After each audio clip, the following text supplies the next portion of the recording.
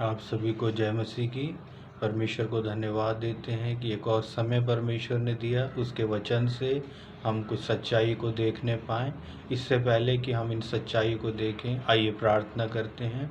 स्वर्गीय सामर्थ्य पिता परमेश्वर, हम आपको धन्यवाद देते हैं। एक और मौका हमारे जीवन में आपने दिया कि हम आपके वचन से सच्चाइयों को देखें। पिता परमेश्वर, आपकी मदद सहायता चाहते हैं। पवित्र आत्मा आपकी अगुवाई चाहते हैं। मदद करिए, सहायता करिए। इस विनती को मैं प्रभु यीशु मसीह के नाम से मांगता हूँ, आमीन। जैसा कि पवित्र शास्त्र में लिखा है कि परमेश्वर ने मनुष्य को अपने स्वरूप और समानता में सृजा। इसका मतलब कि मनुष्य परमेश्वर की एक अद्भुत सृष्टि है और परमेश्वर ने मनुष्य को जब अपने स्वरूप समानता में बनाया, इसका मतलब परमेश्वर ने वो खूबियाँ जो उसके जीवन में, उसके परमेश्वर में पाई जाती हैं, मनुष्य के जीवन में दी। एक वचन हम पढ़ेंगे उत्पत्ति का पहला अध्याय और उसका 27वें पद में, जहाँ लिखा है, तब परमेश्वर ने मनुष्य को अपने स्वरूप के अनुसार उत्पन्न किया, अपने ही स्वरूप के अनुसार परमेश्वर ने उसको उत्पन्न किया, नर और नारी करके उसने मनुष्यों की सृष्टि की।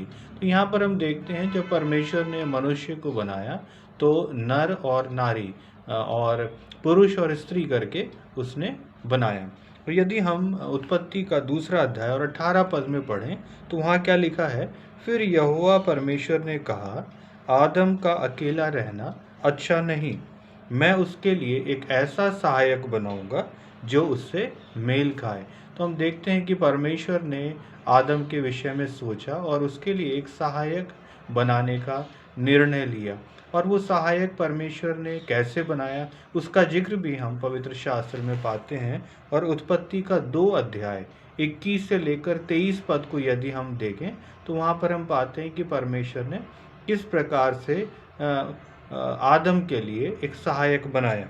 और यहाँ पर लिखा है, तब यहोवा परमेश्वर ने आदम को भारी नींद में डाल दिया और जब वो सो गया तब उसने उसकी एक पसली निकालकर उसकी जगह मांस भर दिया।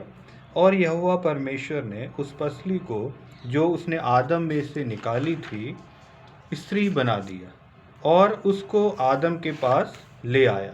तब आदम ने कहा, अब ये मेरी हड्डियों में की हड्डी और मेरे मांस में का मांस है, इसलिए इसका नाम नारी होगा, क्योंकि ये नर में से निकाली गई है।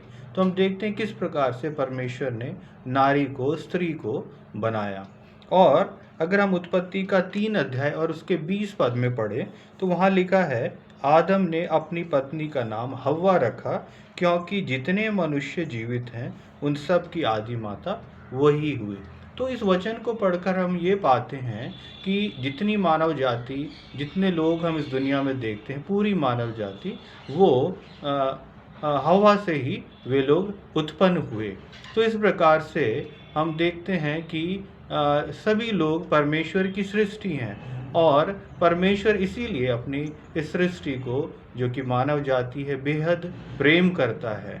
और यहाँ पर पढ़कर हम ये पाते हैं कि कोई भी मनुष्य, चाहे वो किसी भी देश का हो, किसी भी जाति का हो, किसी भी धर्म का हो, किसी भी पद में क्यों ना हो, वो सब क्योंकि आदम और हव्वा से हैं तो वो एक हैं, इसीलिए उनमें कोई ऊंचा नहीं है, कोई नीचा नहीं है, कोई छोटा नहीं है, कोई बड़ा नहीं है, और सब समान हैं परमेश्वर के सामने, सब समान हैं। तो इस प्रकार हम देखते हैं, और हम देखते हैं कि दुनिया में ये कितना भेदभाव है।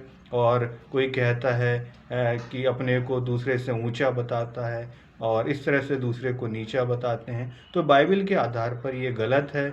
और हमें चाहिए कि जिस प्रकार से परमेश्वर इस मानव जाति से प्रेम करता है, हम भी दूसरे मनुष्य से, दूसरे लोगों से वैसे ही प्रेम करें। परमेश्वर इन वचनों के द्वारा आप सभी को बहुतायत से आशीषित करें। धन्यवाद।